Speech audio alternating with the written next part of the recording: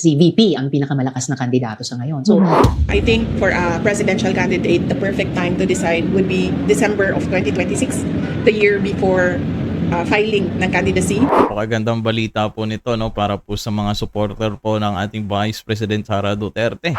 Malalaman na po natin, no, bago po magtapos itong taon kung siya po ba ay tatakbo bilang Pangulo ng Pilipinas. At ito naman yung interview po dito kay Senator Risa Hontiveros, mga kababayan, ay sinabi niya rin po dito na si VP Sara Duterte ang isa sa pinakamalakas ngayon, no, na tatakbo bilang pagka-presidente. Wow. At talaga naman, mga kababayan, 'di ba, na makikita natin at mararamdaman natin na si Vice President Sara Duterte ay mahal na mahal talaga rin ng taong bayan. Pero bago po natin ipagpatuloy ang balitang ito, mga kababayan, ay huwag niyo po kalimutan mag-subscribe po dito sa ating YouTube channel. Sa magandang araw po sa ating lahat. Kumusta po kayong lahat, mga kababayan? So ito, panoorin po natin itong naging interview po dito, no, kay Senator Risa Hontiveros.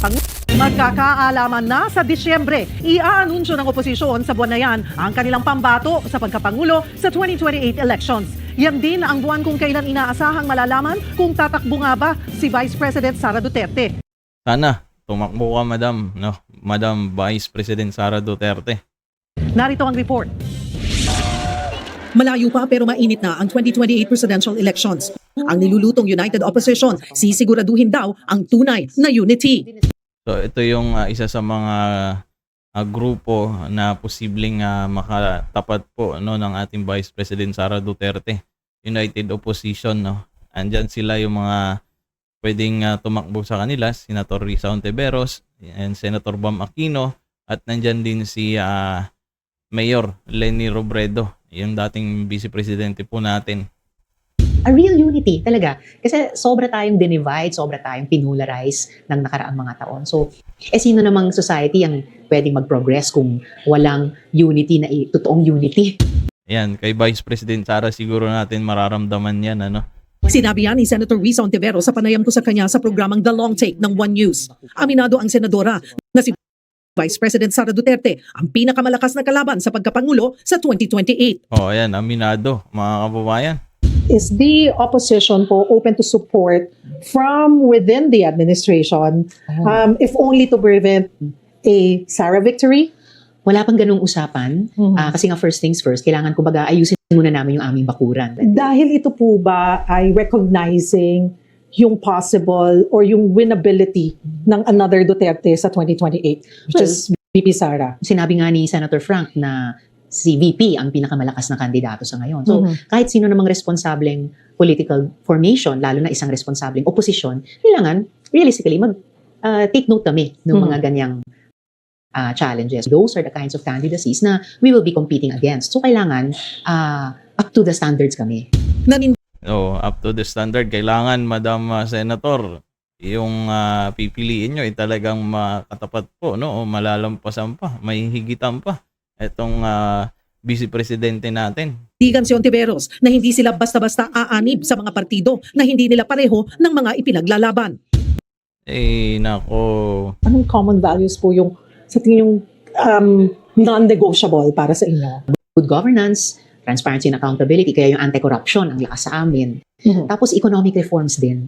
Sa ngayon, hindi pa raw sila bumubuo ng koalisyon sa iba't ibang partido at wala pa rin namang nag-aalok sa kanila. Pero meron na raw silang timeline sa pagpili ng kanilang standard bearer para sa 2028 presidential elections.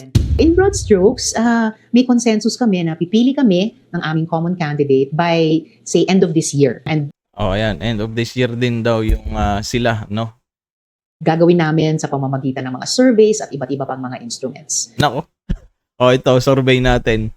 No, kung sakaling mag-declare sila sino yung pipiliin nyo na maging presidente ng Pilipinas. Sama na natin si Senator Risa Hontiveros, Bam Aquino, si Leni Robredo, si VP Sara. Yan lang muna yung apat na yan. Yung comment nyo dyan sa baba, mga kababayan. Makailang beses nang sinabi ng senadora na bukas siyang maging pambato ng oposisyon pero may kondisyon. Isa pang bukas tumakbong pangulo ay si Senador Bam Aquino. Kabilang si Aquino sa mga speaker sa ikinakasang prayer rally sa EDSA Shrine sa February 22. Kamakailan nag-reunion ang opposition leaders. Kasama dyan ang mga naging pambato nila noong 2022 na si na dating Vice President at ngayon Naga Mayor Leni Robredo, pati na si Senador Kiko Pangilinan. Nauna nang sinabi ni Robredo na wala siyang planong tumakbong presidente sa 2028. Oh, Bagamat tama. merong mga Tama lang yun, madam. No, diyan ka na lang muna sa Bicol kasi nagagampanan mo naman ng maayos at suportado ka naman ng mga taga-naga. No, kaya tama lang na wag ka na muna tumakbo sa national. humihikayat sa kanya na sumubok muli. Sa kabila niyan, nag-post online si Robredo na nanghihikayat na dumalo sa kick-off concert ng awit at aksyon kontra korupsyon sa Quezon City Memorial Circle sa February 21. Ayun, no, malapit na pala yan. Samantala si Vice President Sara Duterte naman, dati na ring nagsabi na sa Disyembre niya rin kukumpirmahin ang pagtakbo niya sa presidential elections. Ayan, ito yung inaabangan ko. Ito yung inaabangan ng lahat. I think for a presidential candidate, the perfect time to decide would be December of 2026, the year before filing ng candidacy. So ayan mga kababayan, no, abangan natin kung tatakbo itong si VP Sara Duterte. At ito mga kababayan, dito naman patungkol sa impeachment po ng ating Vice Presidente. Sinabi po dito, no, na walang effort kunin ang suporta ng 1/3 ng House members sa impeachment versus VP Sara Duterte. Kasi nga malapit na eleksyon, no, at isa sa mga mataas sa survey ngayon si Vice President Sara Duterte. Siyempre, nagdadalawang isip na yan, no? Baga ganun na yan, no? Yung mga ibang kongresista dyan o mga congressman, congresswoman, nagaganong-ganon na yan, naglalaro-laro na yan, no? Kasi kung sakaling bumoto sila dyan, yari sila, no? Kung si VP Sara ang manalo bilang presidente. Na effort na magpapirma ng 1/3. No? So, as far as I know, daraan ito sa Justice Committee.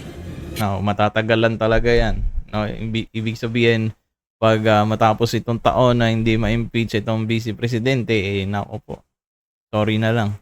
Pinakamainam para kay House Deputy Minority Leader at ACT Teachers Party List Representative Antonio Tino na gamitin ng mas mabilis na paraan upang agad masimula ng impeachment laban kay Vice President Sara Duterte. Ito ay sa pamamagitan ng pagkuha sa suporta ng 1/3 ng House members sa isang draft ng Articles of Impeachment. Sa ganitong paraan anya, maaari nang idiretso ang reklamo sa Senado at maumpisahan ng paglilitis sa Vice Presidente na Baga magka-violation na naman kayo niyan. inaakusahan ng maling paggamit ng confidential funds nito at iba pang impeachable offenses. Okay, sabi nga ni Claire Castro, no, bakit nyo kini-question ang confidential funds ng Pangulo? Dito naman sa BC natin, bakit nyo naman kini-question din, di ba?